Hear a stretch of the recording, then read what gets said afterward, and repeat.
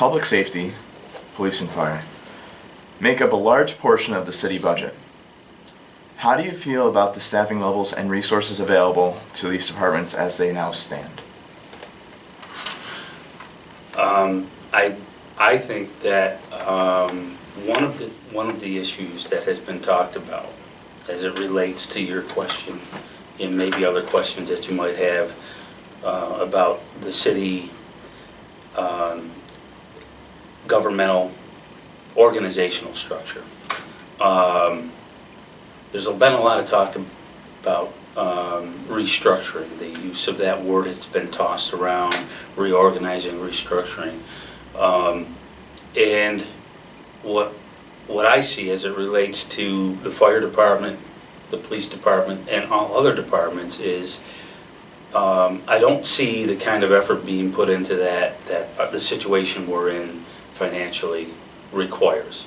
And by that I mean what I was hoping to see and what I would look for is for us as a city council, as a city, to take a step back, to look at our current governmental structure, whether it's police, fire, or any of the other departments. Look at them, look at the whole picture, and then start to think about and look at different ways that we can structure government facing today's realities, particularly our financial realities. I don't believe that the restructuring is something that can be done piecemeal. And while I don't want to be critical of the recent decision, and I'm working on that as a member of as chairman of the Civil Service Commission, I'm going to do our role, the chief financial officer, assistant city manager, chief financial officer. I believe we need to have a chief financial officer. That's part of the problems that exist there. We really don't. When people ask questions or when issues come to the council, you're really not many times seeing the council with good information. Getting back to your question though, I think that the moving in a direction where we have a chief financial officer is something that needs to be done. It's a good thing. It's a good thing that we're moving in that direction. I had hoped, though, when we start to bring in assistant city manager and combine that with chief financial officer, because of that assistant city manager aspect of it, that we could take a look at the whole picture and see how best a city manager would fit into the organizational structure. When you take a step back and you look, having the assistant city manager's main focus be on the financial aspect of things may not in the long run be the best way to structure things. Whatever we do, we need to have a person. I think the responsibilities of a chief financial officer are such though so that we should have someone who does just that. It's that big of a responsibility in the city organization, so that we should have someone that's handling just that aspect, and maybe look at the assistant city manager if that is going to be used as a position in any new organizational structure.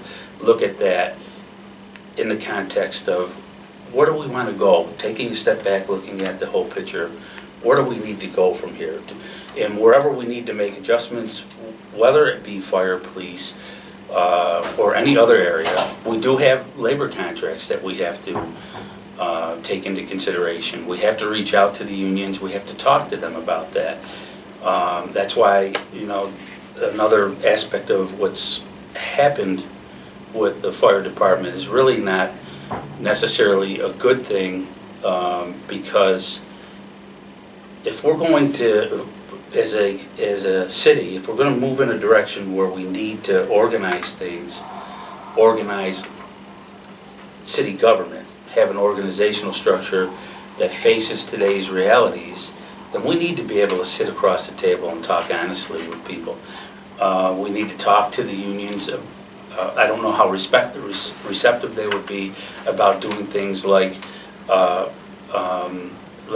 let's talk about having a new salary schedule for all new employees. Grandfather everybody in, and let's, fire department, police department, let's see if we can reach some common ground here and maybe put together a new salary schedule that reflects our financial realities, which would be in the best interest of the community, would be in the best interest of both of those departments, other departments as well. But I'm looking at getting to a point where we have a long-term viable solution, one that works for everyone. We can also look at, instead of making the kind of decision that was made with the fire department, possibly getting to a point with discussions with the union where if we have to adjust numbers, that could be done through attrition. Now, making the kind of decision that was made at budget time, when you're at the last minute, when your back is against the wall and you're just looking for options to try to balance the budget, it's not a good place to be. But there was a lot of procrastination. That budget process got kicked down the road. At the last minute, they're making these decisions instead of sitting at the table with the unions, doing the proper restructuring, involve the community, involve the people that work at City Hall. Shouldn't be something that's done by just a handful of people. This is our community, so it should involve people that work for the city, should involve people who are members of the public who are interested, and we should take a look at the whole picture. Okay, so I've said a lot, and I've brought in the fire department and police department and other unions as well, and other people that work for the city. So I really think that if we used a different approach, if we followed a different approach, rather than making last-minute decisions when your back is against the wall, and we reached out and talked to people who now know today that our financial problem, people representing the unions, maybe I can't speak for them, I don't know what they would do, but you have to have a dialogue. So, and how would it be different today?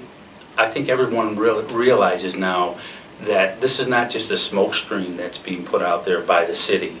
Our financial situation is what it is, and we're all in this together. And if I think we should all work together to the extent that we can to try to come up with a long-term, sustainable solution to our problems.